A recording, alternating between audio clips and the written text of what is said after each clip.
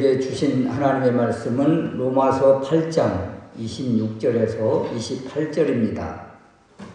이와 같이 성령도 우리의 연약함을 도우시나니 우리는 마땅히 기도할 바를 알지 못하나 오직 성령이 말할 수 없는 탄식으로 우리를 위하여 친히 간구하시느니라.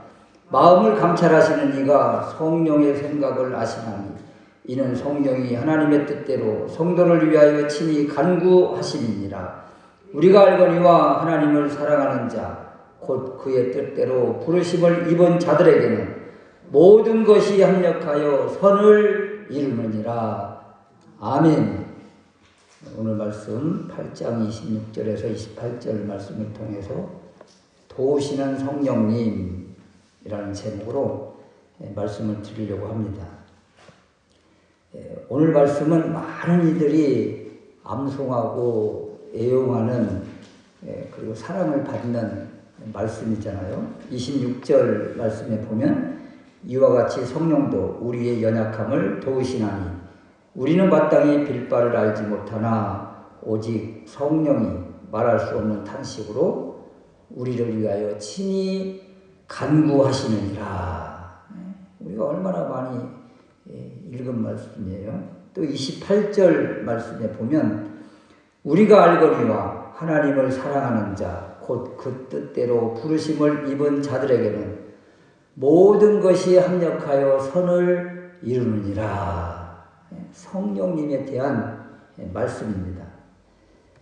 지난주에 성령님은 양자의 영이시며 양자의 영이 우리 안에 계시기 때문에 우리가 하나님을 아빠, 아버지라고 부른다고 하셨잖아요. 그래서 성령님은 양자의 영이시며 또 예수 그리스도의 영이시며 또 예수를 죽은 자 가운데서 살리시니 예수를 죽은 자 가운데서 살리시니 누구예요? 하나님 아버지시죠. 그래서 하나님의 영이 바로 성령님이십니다. 그래서 하나님의 깊은 것까지도 통달하시는 분이 성령님이시다.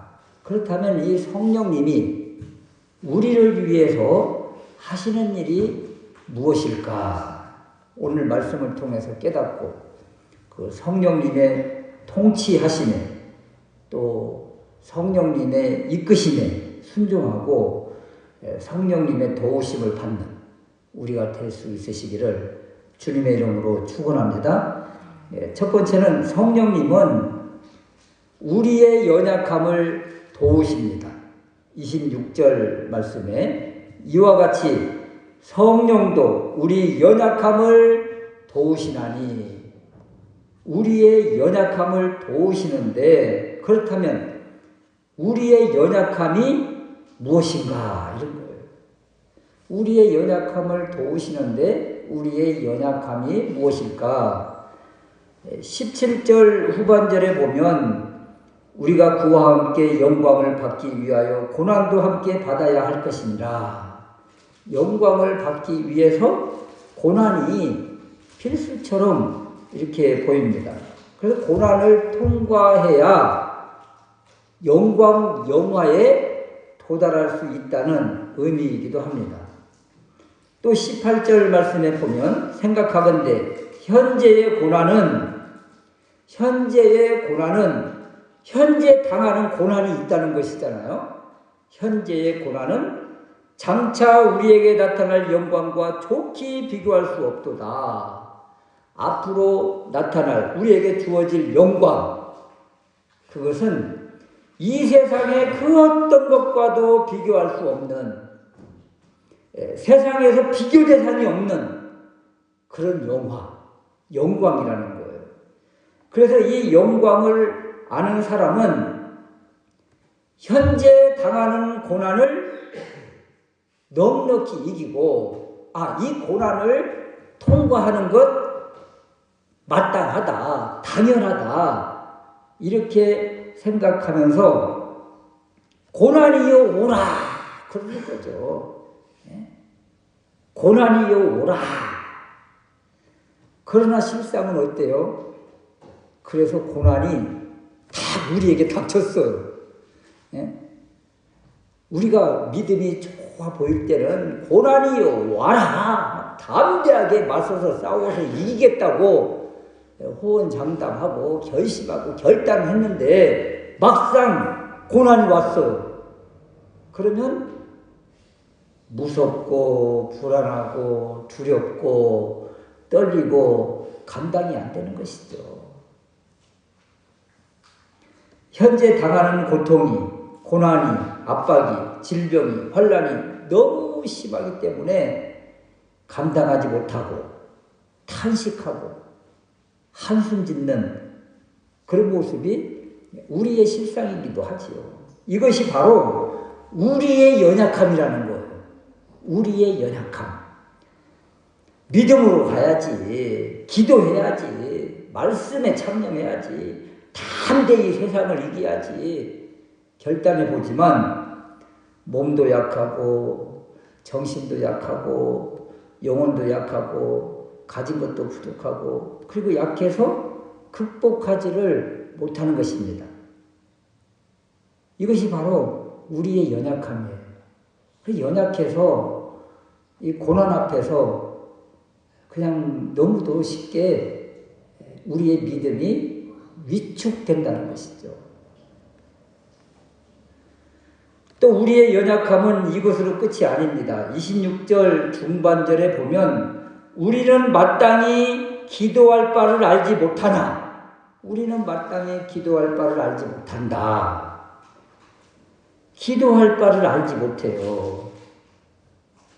이렇게 어려우면 고난이 오면 기도해야 되잖아요.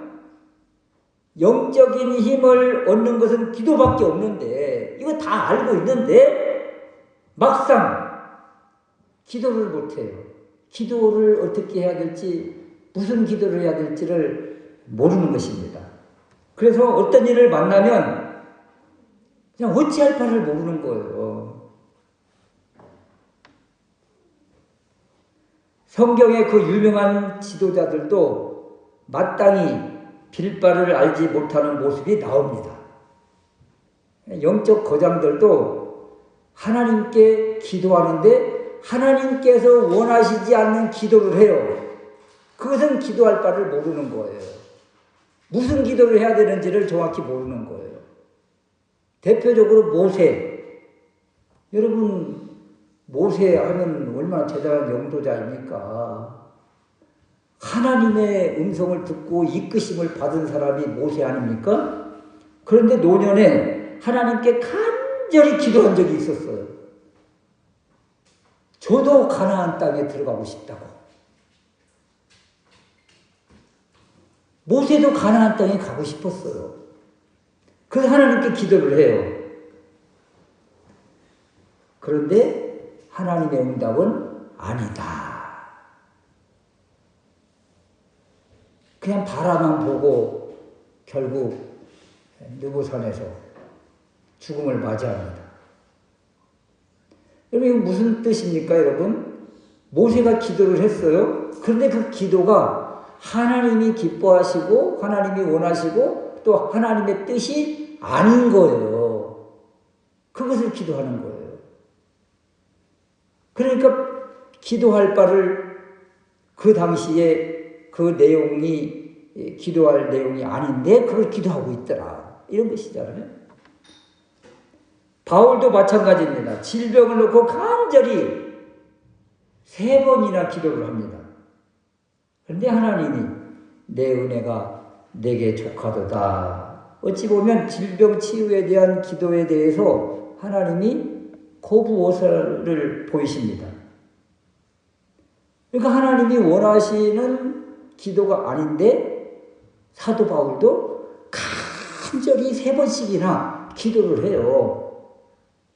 여러분 하나님께서 원하시지 않는 기도를 한다는 것은 기도할 바를 모르는 것. 기도의 내용 제목이 하나님과의 영적인 코드에서 틀어져 있다는 거예요. 빗나가 있다. 그리고 신구약의 최고 영적 지도자인 모세와 바울도 하나님의 뜻에 대한 연약함을 가지고 있더라는 거예요. 마땅히 기도할 바를 모르더라. 그런데 26절 말씀 보십시오. 우리의 연약함을 도우시나니, 성령님이 우리의 연약함을 도와주신다. 여기서 도와주신다. 여러분 몇 번 도와주실까요? 몇 번? 성령님이 그래 이번 딱 한 번만이야, 딱 한 번이야 이렇게 하실까요? 계속적으로 지속적으로 도와주십니다. 그래서 이 도우신다 이 동사가 항상 현재형으로 성령님이 지속적으로 현재 도와주시고 마땅히 기도할 바를 모를 때 우리를 위해서 친히 간구하십니다. 더군다나 이 성령님이 이 구절에서 탄식하신다고 하잖아요. 말할 수 없는 탄식으로 기도해 주신다. 말할 수 없는 탄식. 그래서 여기 많은 사람들이 그런 말을 합니다. 말로 표현할 수 없다. 그래서 내용이 없는 것 아닌가? 아니요. 보통 막 기도원 같은 데 가서 막 통성으로 기도할 때 보면 막 방언을 하고 큰 소리를 치고 외치는데 그냥 뜻도 말도 모르는 말을 막 외치는 사람들이 많아요. 이것을 말로 표현할 수 없는 성령님의 탄식처럼 그렇게 바라볼 수 없어요. 이것은 그냥 뜻이 없이 그냥 하는 경우들이 많잖아요. 그러나 성령님의 탄식, 신음, 이 기도는 우리의 소원, 우리의 부르짖음, 우리의 기도 제목과 다릅니다. 우리는 어떤 문제를 가지고 막 부르짖습니까? 문제 해결을 위해서 치유와 건강과 성공 등에 맞춰져 있는 거예요. 그렇지만 성령님은 27절 말씀에 하나님의 뜻대로 간구해 주십니다. 성령님은 하나님의 뜻대로 우리를 위해서 기도해 주시고 우리의 기도는 우리의 문제 해결에 초점이 맞춰져 있는 거예요. 그래서 우리의 기도와 성령님의 기도를 놓고 비교할 때 왜 우리 기도가 응답되지 못하는가? 그것을 알 수가 있는 거예요. 우리 자아가 살아서 내 중심으로, 내 뜻으로, 내 욕심으로 기도하기 때문에 우리 기도의 대부분은 어떤 분이 그런 책 제목을 썼잖아요. 우리 기도의 대부분은 하늘나라의 잡동사니 취급처럼 그렇게 당하고 있다. 하나님의 뜻을 알지 못하고 내 중심, 내 욕심, 내 것, 내 가족, 나만을 위해서 기도하는 것들을 하나님이 받으시는가? 그냥 잡동사니 취급처럼 하신다. 그러므로 우리가 왜 기도에 대해서 응답을 받지 못하고 은혜를 받지 못하고 왜 하나님의 뜻을 알지 못하고 이런 기도를 하는가? 우리의 잘못된 기도를 먼저 인정을 해야 된다는 거예요. 우리의 연약함, 내가 주인 되어서 내 중심으로 살았다고 회개하는 것이죠. 로마서 7장 24절 말씀처럼 오호라 나는 공고한 사람이로다 이 사망의 몸에서 누가 나를 건져내랴 탄식할 때 우리 안에 계시는 성령님이 우리를 위로해 주시고 우리를 하나님의 뜻 가운데로 인도해 주십니다. 이 이끌어 주시는 성령님의 도우심을 경험하는 비결, 그것은 철저하게 우리 자신의 연약함을 인정하고 내가 주인된 것들을 철저하게 회개할 때 그때 하나님의 뜻이 보이고 성령님의 이끄심이 느껴지고 성령님의 도우심을 보게 되는 것입니다. 우리 안에 성령님이 계세요. 하나님의 깊은 것까지도 통달하시며 우리의 연약함을 다 아시는 주님이 성령님을 통해서 계십니다. 그러므로 우리의 연약함, 내 중심, 내 뜻, 내가 주인 되어서 내 마음대로 살았던 것, 내 것을 위해서만 기도했던 것들, 이런 것들을 회개하고 내려놓을 때, 그때 도우시는 성령님이 우리를 이끄시고 인도하시고 역사하시고 이런 것들을 보게 되는 것입니다. 이 놀라운 성령님이 우리 안에 계셔서 우리를 통치하시고 우리의 연약함을 도와주십니다. 두 번째는요, 모든 것이 합력하여 선을 이루게 하십니다.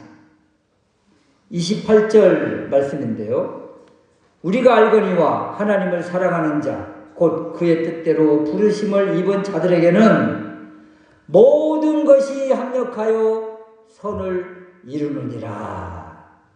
여러분, 모든 것이 이루어진다, 이런 뜻이잖아요. 여러분, 합력하여 선을, 이 단어를 이렇게 괄호를 치면 모든 것이 이루어진다, 이런 말씀이잖아요. 28절 말씀이 우리가 하나님을 사랑하는 자, 그의 뜻대로 부르심을 입은 자들이에요. 그리스도인들이에요. 하나님의 자녀들이에요. 이들에게는 모든 것이 이루어진다. 그래서 모든 것이 이루어진다고 해서 사업이 안 될 때 돈 나와라 뚝딱 하면 돈이 나오니까, 시험 볼 때 정답을 알려주세요. 그래서 그냥 1번에 몇 번, 2번에 몇 번, 3번에 몇 번 쫙 나오게 해주세요. 그러면 뚝딱 하고 나옵니까? 그렇지 않다는 거예요.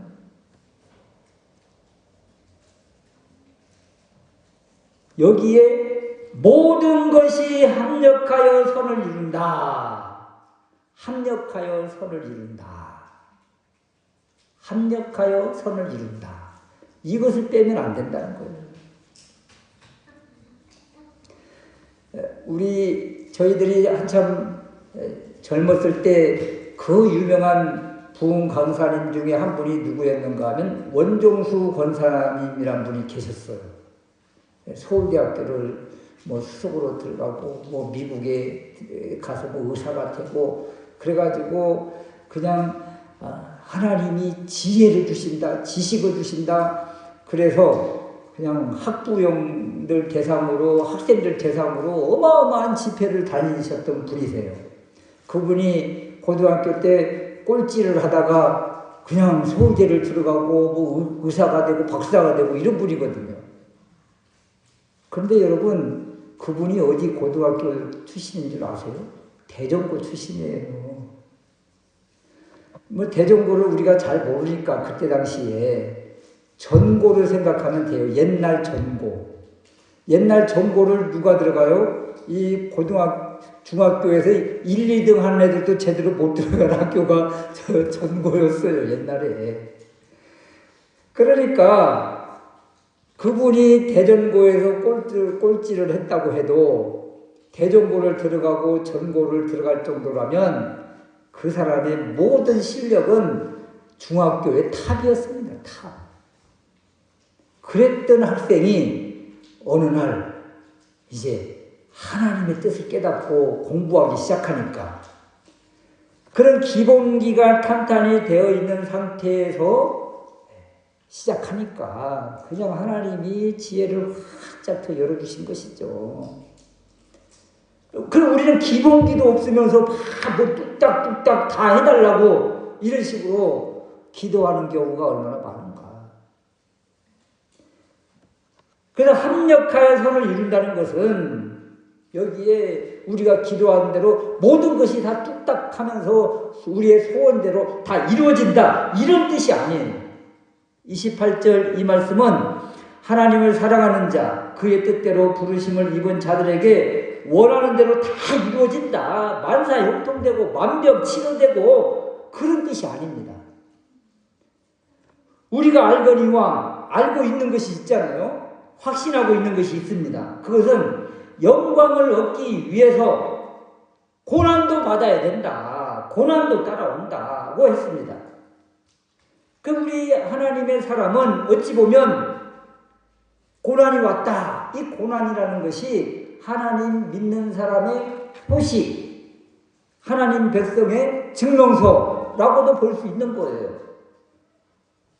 그래서 고난, 시련, 어려움, 고통, 질병 이런 것들을 주님께서 다 날려 보내주시는 것이 아니고 해결해 주신다는 그런 의미가 아니라 모든 것이 합력하여 선을 이룬다는 것은 이 어려움 속에서 하나님의 뜻을 깨닫게 되고 이 어려움 속에서 이 고통 속에서 하나님의 은혜를 받는다는 거예요. 그것이 바로 모든 것이 합력하여 선을 이룬다는 의미인 것입니다. 우리의 믿음, 우리의 신앙은 기도하면 다 이루어지고 이렇게 하나님 뜻대로 가면 모든 것 다 이루어지고 만사형통하고 성공하고 이런 것들에 너무 초점이 맞춰져 있는데 하나님의 뜻은 그런 것이 아니라 고난 속에서도 기뻐할 수 있고 어려움 속에서도 찬양할 수가 있고 질병 속에서도 하나님의 뜻을 보고 그것이 바로 모든 것이 합력하여 선을 이루는 것입니다. 고난을 만났습니다. 고난이 찾아왔습니다. 그곳에서 고난의 뜻이 이해되는 거예요. 아, 이래서 고난이 왔구나. 그러면 고난이 해결이 안 돼도 합력하여 선을 이루고 있는 것입니다. 고난에도 길이 있고 고통에도 뜻이 있다는 것입니다. 그래서 하나님을 사랑하는 자는 고통을 만날 때 그 의미를 해석하기 위해서 더 깊이 고난 속으로 들어가는 것입니다.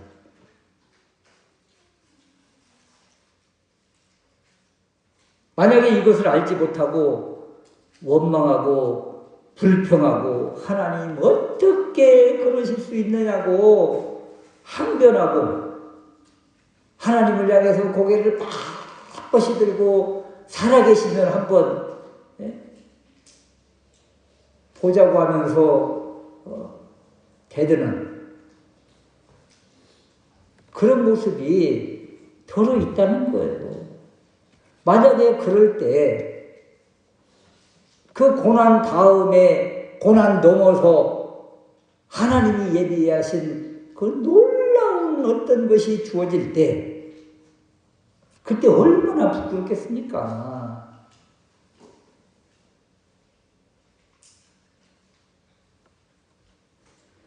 어떤 사람이 파도에 배가 부서지고 그래가지고 그 부서진 조각조각 막 붙잡고 간신히 표류하다가 무인도에 들어갔답니다. 그래서 그 파손된 뱃조각들을 모아다가 간신히 비라도 피할 겸 해서 오두막집을 지었다고 해요. 그래서 이제 매일 하나님께 구조해달라고, 구출해달라고 기도를 드렸겠죠. 멀리 지나가는 배를 보면 막 소리를 지르고 막 나뭇가지를 흔들고 신호를 보내보지만 아무도 보지 못하고 그냥 스쳐 지나갑니다. 그때 얼마나 원망이 되겠습니까? 하나님에 대해서. 아무도 오지 않아서 이제 먹을 것을 구하러 또 산에 갔다가 이렇게 돌아오는데 그 간신히 만들어 놓은 오두막집이 헐헐 다 불타버립니다. 그때 무슨 생각이 들까요?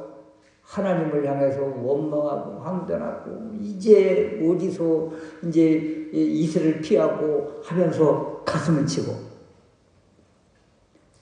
이 불행 중에 더 최악의 불행을 만난 것 아니겠어요? 그런데 여러분 이 최악의 불행이 최선의 결과를 가져온다면 그리고 그 이튿날 이 이 타오르는 불을 보고 이것이 구조 신호인 줄 알고 어떤 이 구조선이 와가지고 이분을 구출해 간다면 최악 중에 더 최악의 불행을 만났을 때 하나님을 향해서 막 원망하고 항변할 때 말이죠. 이 얼마나 이게 부끄럽습니까? 하나님께.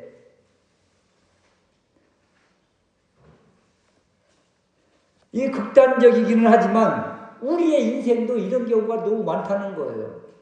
고난과 어려움을 만날 때 하나님은 이 모든 것들을 합력하여 선을 이루신다는, 이 모든 것들을 합력해서 좋은 결과를 주신다는 이것을 우리가 너무나 망각하고 그냥 문제만 해결해달라고, 고난은 떠나가라고, 질병 치유해달라고 여기에만 너무 집중하고 있는 것은 아닌가. 그 속에서 하나님의 뜻을 깨닫는 그 깊은 기도를 하지 않고 최악의 고통으로 보이는 것이 어찌 보면 최선의 결과를 하나님은 주시는 분이시다. 이것을 안다면 절망의 때에 하나님을 향하여 원망하지는 않을 것 아닙니까? 우리가 하나님의 뜻을 알지 못해서 때로는 원망하고 불평하지만 이때 성령님은 말할 수 없는 탄식으로 우리를 위해서 간구해 주시고 하나님의 뜻을 제일 잘 아는 성령님이 우리 상황과 환경의 모든 것을 합력해서 선을 이루어 주십니다. 우리를 불러주신 하나님이, 우리에게 성령님을 보내주신 하나님이 우리를 그 불행 끝으로만 몰고 가게 그냥 두고 보시겠느냐고요.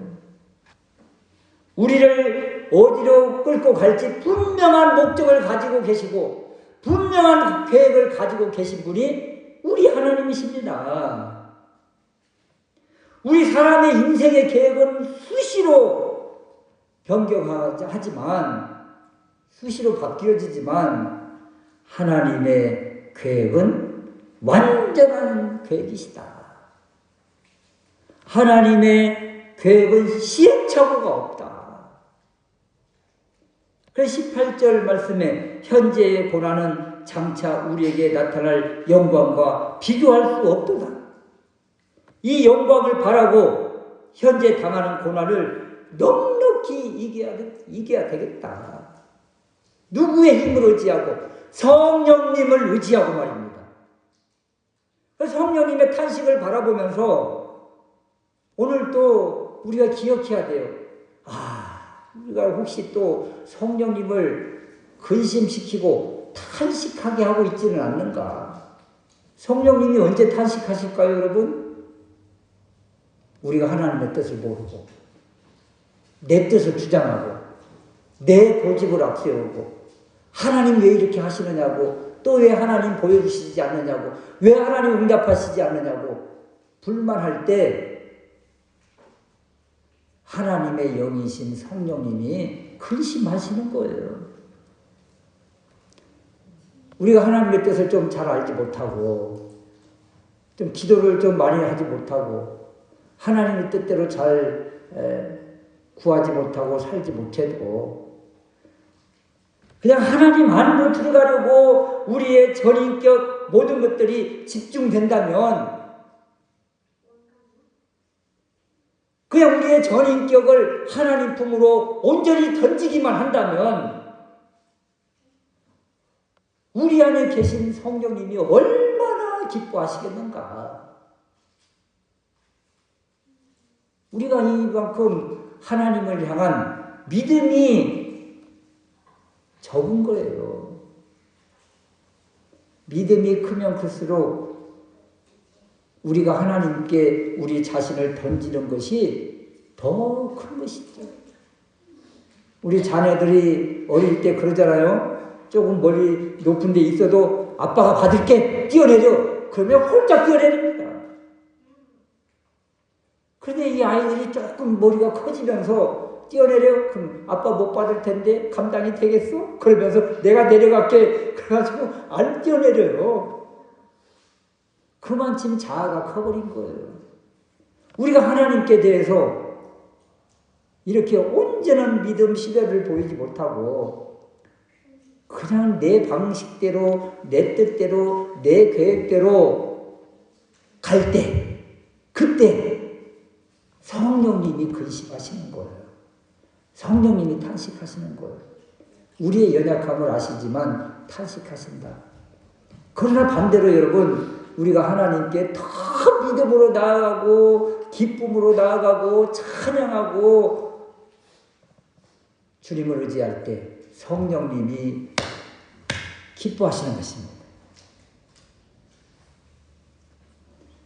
그래서 우리가 세상의 거센 풍랑 속에서 우리 자신을 옛사람, 타락한 품성, 죄의 본성 여기에 맡기지 말고 우리 자아를 내려놓고 성령님의 이끄심, 성령님의 바람에 편승해서 그 영적 자유를 우리가 누리면서 살아야 되지 않겠는가. 이런 경험이 있는 사람은 모든 것이 합력하여 선을 이루신다는 이 말씀이 이해가 되는 거예요. 고난 속에서도 선을 이루어 주시고 또 좋은 환경 속에서도 더 하나님의 뜻을 이루어 주시고 그 모든 것이 합력하여 선을 이루시는 이 성령님, 이 하나님을 안다면 내가 한 것이 하나도 없군요. 모든 것 주님이 하셨군요. 주님이 하십니다. 이렇게 고백할 수밖에 없다. 주님이 하셨습니다 하는 이런 고백 속에 성령님의 임재하심, 성령님의 이끄심, 성령님의 역사하심이 더 강력하게 우리에게 나타난다는 것을 기억하시고 더 주님을 고백하고 주님의 주권하심, 주님이 하신다는 것에 온전히 맡기며 나아가는 우리가 될 수 있으시기를 주님의 이름으로 축원합니다. 아멘.